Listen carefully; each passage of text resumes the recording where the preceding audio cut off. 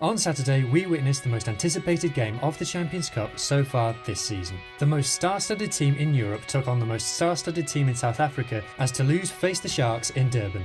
An edgy contest eventually saw Toulouse come out on top, but all of the discourse online before, during and after the game was about one man, France captain Antoine Dupont. Dupont dominated this competition last season, posting unbelievable stats on his way to being crowned European Player of the Year. But how does Dupont achieve these stats, and how did he help Toulouse achieve the victory against Siya Kolas' Sharks in South Africa?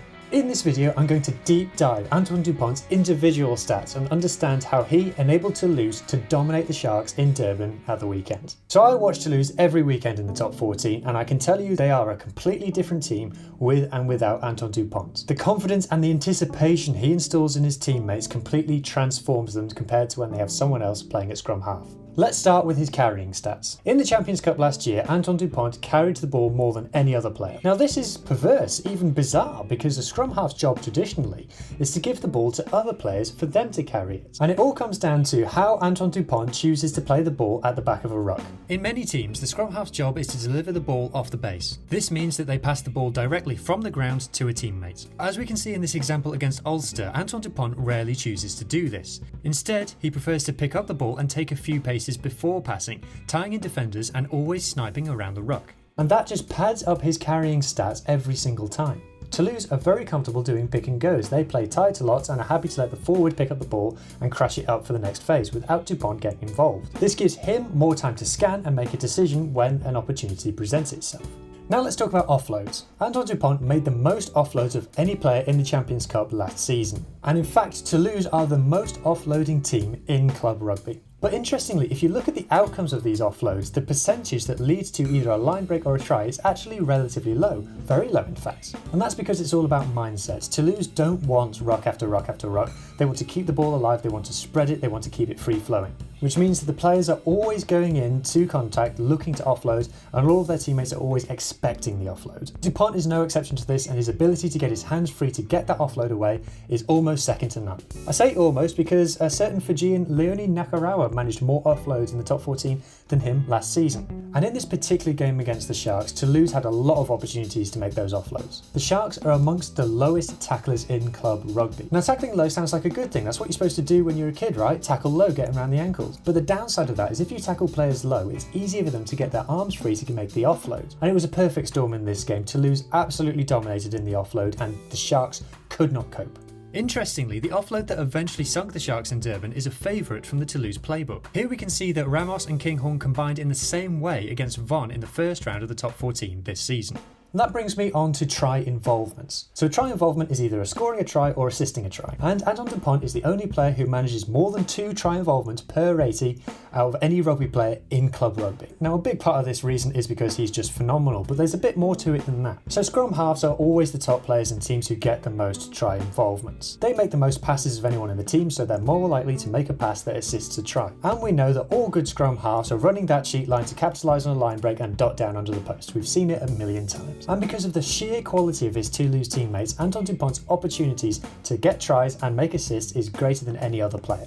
In this example, we can see the Toulouse scrum gets dominance over its opposition. The number 8 flicks the ball to Dupont, who ships it on quickly to Nche. He beats 2 players and grounds the ball. That's a try assist for Dupont, even though out of all his teammates who've contributed there, he's arguably done the least. Here, Antoine Dupont picks up a try assist thanks to an unbelievable finish from teammate Miafu. I often find it weird how people make a big deal out of Leinster's budget and say that that's somehow unfair. But Toulouse enjoy a similar advantage in France. Yes, the salary cap in France is nominally 10 million euros, but the fact is, due to supplying players to the French national team, due to home-growing players, and a few other loopholes here and there, Toulouse are actually able to spend much more than this. In fact, if you look beyond just player salaries, Toulouse spend 48 million euros per season on their rugby. And whilst I agree that Dupont is the best player in that Toulouse team, his quality of teammates certainly doesn't harm him. Specifically in the game against the Sharks, Dupont was aided by fantastic performances by Malvaca, Ramos and Nche. Ramos in particular had a sensational game. One of Dupont's most underrated skills for me is his pace.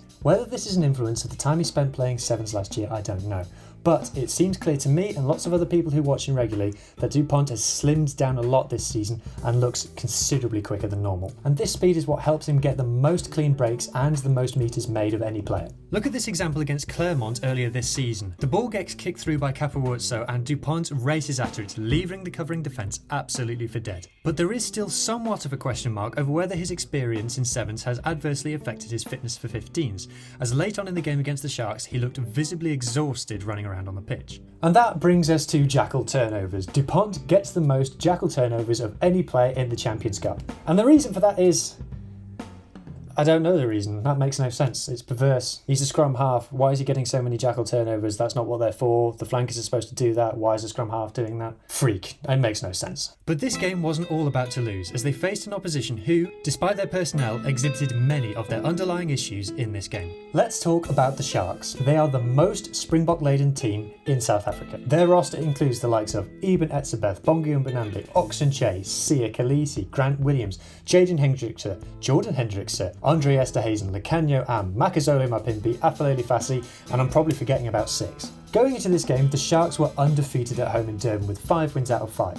But that amazing roster was hit by an injury crisis, with the likes of Etzebeth, Fassi, Grant Williams and more unavailable. Currently, the Sharks are sat 5th in the URC and they have a game in hand over some of the teams above them. But if we dig a little bit deeper, we see that the underlying numbers for the Sharks are quite concerning this season. Whilst they are sat in 5th, they actually have a negative points difference and their try difference is -6, which is the 3rd lowest in the URC. 41% of opposition's visits to the Sharks 22 end in a try conceded. Sharks head coach John Plumtree has been under pressure for several seasons now. A Currie Cup victory and a Challenge Cup victory last season has eased some of that pressure, but the general feeling is still that he is not getting the best out of this incredible squad. Nowhere are those issues more evident than at the Sharks' set piece. The Sharks have conceded the 2nd most scrum penalties in the URC so far this season, and their scrum completion rate is also the 2nd worst. But that's nothing compared to their line-out issues. The Sharks have secured the fewest of their own throws in the league so far this season and lost the 2nd most of their own throws. Meanwhile, they haven't scored a single maul try so far this season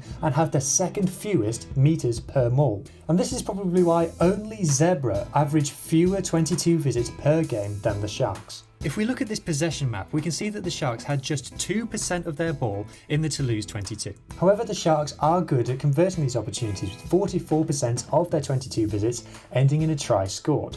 In the end, it was not one of the Sharks Springboks who got their only try, as replacement centre Lorenzo Julius backed up the excellent form he has shown so far this season with this long-range effort. Meanwhile, in Toulouse, they're facing an opposition whose set piece is extremely strong. In fact, 73% of Toulouse's tries originate from their set piece, and 44% of their tries come from first phase. But if we look at the stats for this game, we can see that this is one area where the Sharks got the upper hand. The set piece for both teams was messy, but the Sharks managing to steal 4 lineouts from Toulouse went a long way to limiting them to just 20 points. However, the Sharks' other main weapon, their contestable box kicks, failed to make an impact on Toulouse in this game. The Sharks topped the URC for kicks retained so far this season, but Toulouse were able to nullify it through the excellent Blair Kinghorn, who dominated the airways up against Springbok winger Makazole Mapimpi. Now, this was Toulouse's first ever visit down to South Africa, but because of that huge budget, they don't have the same issues that many other travelling teams face. They can charter private jets and they can afford the very best hotels. But as the Celtic League found out back in 2017-2018, travelling down to South Africa is a completely different kettle of fish. So I hope you enjoyed this video. If you did, please give it a like, subscribe to the channel, and I'll see you next week. Cheers.